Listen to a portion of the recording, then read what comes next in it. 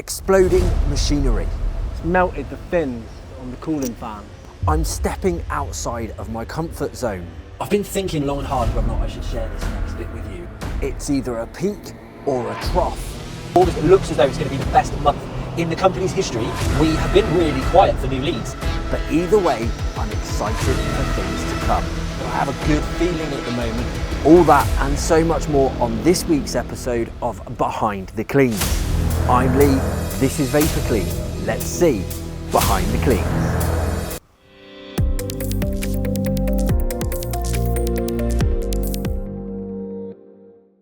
It's Monday the 2nd of September. Can't believe how quick the summer has gone, but we have got a week jam-packed this week. Technicians have already been out over the weekend doing that town hall builders clean. I'm just having to walk to the post box to post a check. I mean, how many people give you a check these days? That is around the green flag saga, so stick with me about that one and I will update on you on that soon enough. We have finally got all the vans back, so they're all back, they're on the road. We just need to get the last one issued out to Sean, who is our newest technician, so we can get him out on the road. All new technicians have been fully trained and signed off to go out on their own. There's just a little bit of top-up training that we need, but that's nothing that we can't do along the way. We've got a great structure and plan in place to get Jordan training a little bit more, top-up training and things like that as well. So things are certainly moving forward. Not making any headway with the awkward customer that we spoke about last week. If you haven't heard about that, click the link above, check out last week's episode so you can get the full story. Waiting for a response. We had a response on Friday because basically they had ignored our emails despite saying that they would consider doing what we discussed, but they hadn't responded. So we emailed them again on Thursday, got an email late Thursday, early Friday, basically moaning and moving things around again and God knows what. So we had to bounce back and forwards a little bit more. Got to a point where I think we've made a little bit more headway, but apparently they're out of the country until tomorrow. So we're waiting to hear the final outcome tomorrow to see whether or not we are going to get our £4,000 that we're owed. But we'll see. Keep watching and I'll update you on that one as well. It's going to be a busy one. Let's check out this builder's clean and see how the lads got on the weekend. We've just literally just done these glass, conference room. It's all completed, all heated. The state of those toilets. I don't know. Alright, all done. All this is done. We've done all this until we've got to about here, and then another cleaning company did heat this bit. Yeah. Not the best. Yeah. Obviously this was done yesterday by us. As you can see how clean and tidy it is. Yeah. Obviously we're just finishing off the top bits now. This is all done as well. Yeah. And then I'm just about to do this. You can see it's quite dirty, so yeah, this is the next one. Once we've done this. Right, last video of this clean. As you can see, we've done it. Done the mower. Looks good. Sink's all done. I'm gonna walk out. Done the whole way back to the stairs, and I'll see it around. Right, and then I'll see, as you can see, all this is done.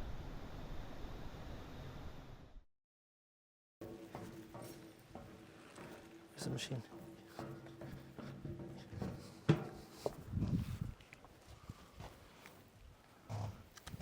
You need to undo the brake. Do you have another Yeah. clamp? I've only got one for that hose. Yeah, so I've got the... Come on.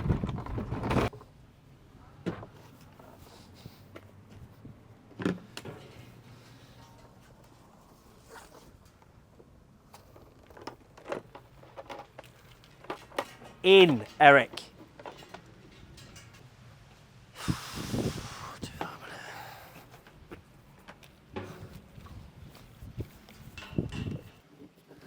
I know I sound like a moany old bastard. No, I but understand this fine. it's Well, we've just had to pay Especially for when a you've new one, Yeah, well, especially, I know you've had issues before. and we've just had to buy a new one. it's just what I tend to find is technicians worry about reporting things. Yeah. And I said to Alex like last week, because like I think you were here, Alex reported like half a dozen different things wrong with his machine, and he worried about reporting it. Well, he didn't, but I most got people scared when I saw most it. people worry about reporting it, but it escalates and it goes into more money, more problems, and more issues. And I know what you're saying, like, oh yeah, but that's how I picked it up. But if you don't check it, look after it, and report it, they'll miss it. Yeah. And then it doesn't happen until you get to site, and then all of a sudden something goes wrong. And like that, last thing I want you to do is plug a machine and go to use it, and boof. You know, you get hurt. You know, so. No, I appreciate it as well.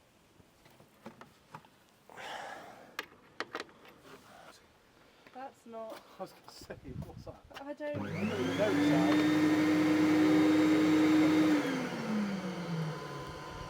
Well, there's your problem. We've only got one fucking vacuum. Vacuum's gone.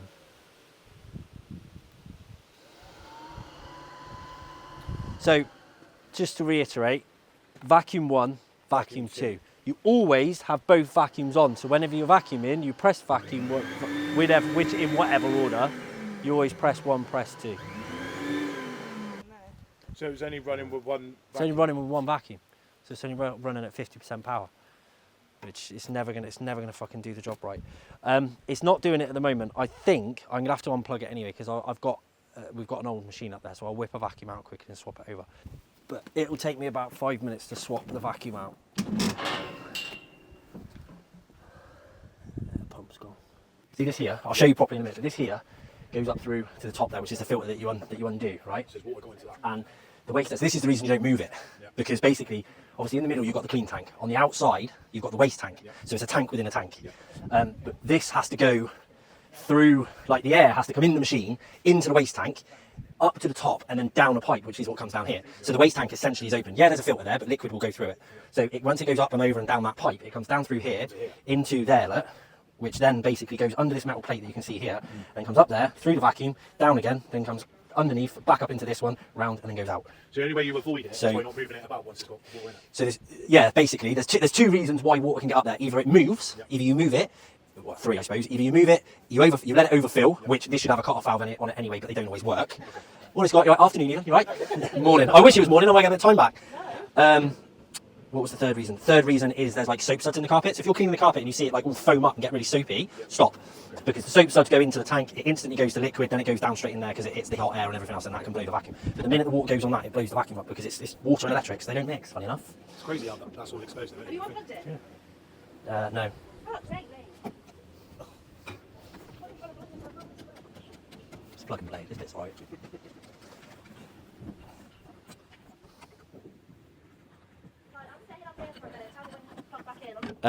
It's all got to be in line because it's an inline vacuum. So they're just not designed to actually get water in them. It's rusting up as well. I mean, that fan that motor is a fair age. To be fair, you can see the condition difference. If you look at the difference of that, you can see all the soot and everything where it's basically blown up. But So what would you do with that? Would you recondition that's it scrap. or- Scrap. Just get Scrap. rid of it. Yep. It's a really old vacuum. Really, really old vacuum. I wasn't expecting that. I gotta be honest. I thought I'd done away with the really old ones.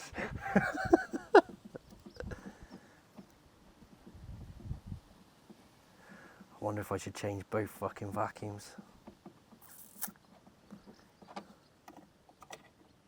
Yeah, fuck it.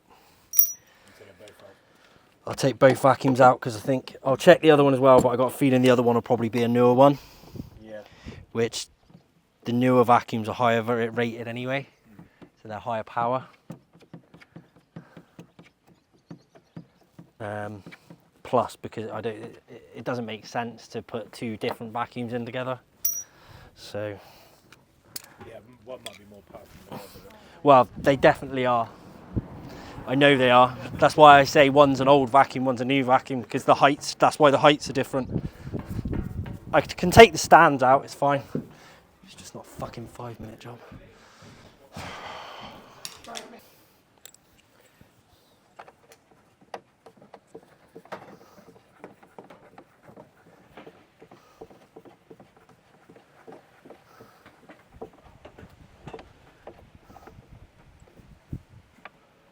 Those are probably a bit too. Yeah, I wouldn't. Let's just say I hope we don't need you to be trained on this.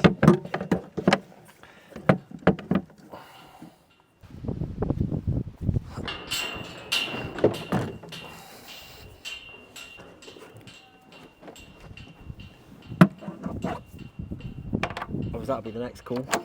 I can't get no water out of it. I mean, that could be quite funny. Because I'll go,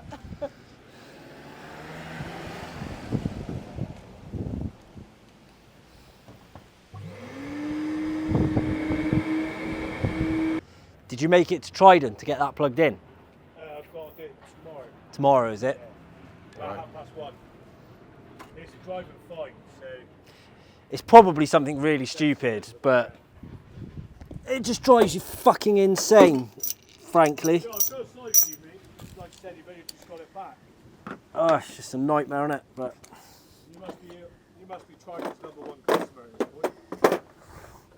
don't know. At the moment, he's fed up of seeing us. Well, yeah, I can imagine. yeah, I am too. Feelings mutual.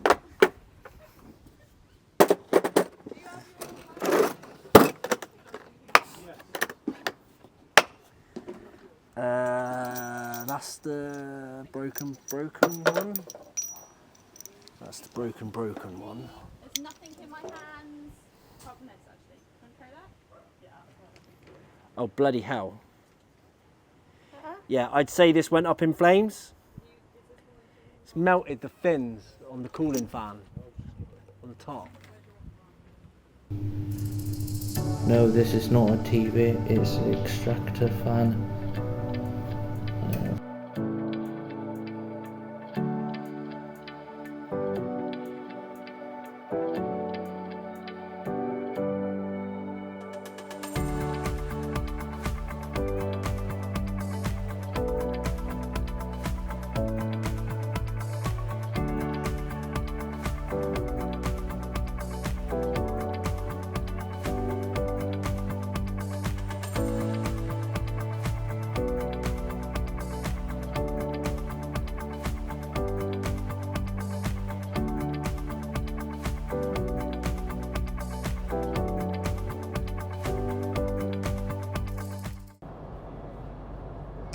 Little bit of a short notice shoot up to Cheltenham this morning. Had an email yesterday from an existing client who runs a restaurant in Gloucester, and they're opening a new restaurant in Cheltenham. Very pleased to hear that they'd like us to obviously take on the cleaning there as well. So they want us just to shoot up, have a look at the site and see exactly what it's like, compare and provide a quote for the cleaning on that as well. It's a very high-end restaurant, lovely food. So we're really excited to potentially get working with them on that as well. So we're going to go and have a look, see what it's like, and then head back to the office, provide the quote, and we'll go from there. It's great to see that the contract leads have really increased in the last few weeks. We did go through a dry spell, as I've said before, for contract leads, which is quite common during the summer months, but not quite to the degree that we were looking at. So did get a little bit worried and started doing some other things as well to increase that, which is good because we still need to do that anyway. Now we're starting to see a real increase coming on, and we could be staring down the barrel of potentially 4 or 5 new contracts in the next few weeks. So keep watching, click that subscribe button, turn on that notification bell so you can catch up with exactly what's going on, and we'll show you exactly what sites we're bringing on. Some really exciting ones that we have got potentially coming on board as well. So yeah, very, very positive. On the specialist side, not quite so much, to be honest. We've been really smashing it the last few months. August looks as though, I haven't got the official stats yet, but August looks as though it's going to be the best month in the company's history as a whole, but particularly on the specialist side. So, you know, that obviously fills you with excitement and everything else. September though, or like tail end of August, booking for September and coming into September, we have been really quiet for new leads. So that is, again, concerning. And our lovely new Prime Minister does not help by going on the news and telling everyone that tough times are ahead. What happens when he says that, or government says that? Everyone holds on to their money, they stop spending because they get worried. And that makes life harder for businesses, and then businesses hold on their money as well. So it's just, yeah, it's a vicious circle. It's scaremonger in my eyes, I've got to be honest, but I'm not going to get political. So we're doing some things in, customer service team are working their backsides off to really get it back up, and I'm sure it will just be a bit of a dip that we'll get through. But that's business. You've just got to keep muddling through when things get tough. Yeah, okay. You've got banquet seating in here. Yeah. It's just there, you can see, can't you? Yeah. So what I would do with that, because as you can imagine, it's lovely, it looks great, but the food when it gets on it could end up making it quite sort of greasy and causing some stains like that. So we carry some sort of biological carpet cleaner, which is for upholstery and things like that as well. So I'd have that stored on site just to be sure.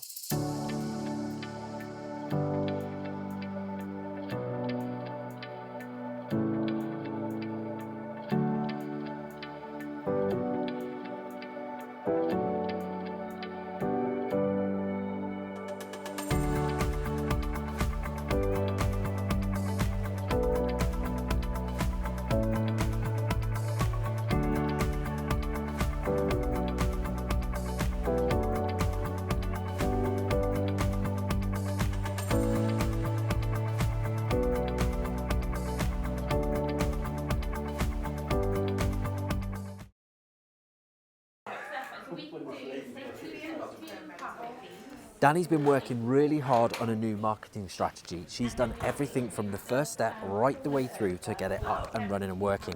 And she's getting really excited as it's gone live because it's actually took off really, really quickly, but we're yet to close a sale from it. So, do we think this is the moment when we're going to do the deal? He just wanted a quote and he's going to speak to his wife about it. Oh. Big sad. Big sad. That's good, that's fine. He needs to speak to his wife. Oh. Yeah. Just takes every night from him. Oh, well, that's crap, will it? You'll love me. I already do that. Big sad now. Sorry, I have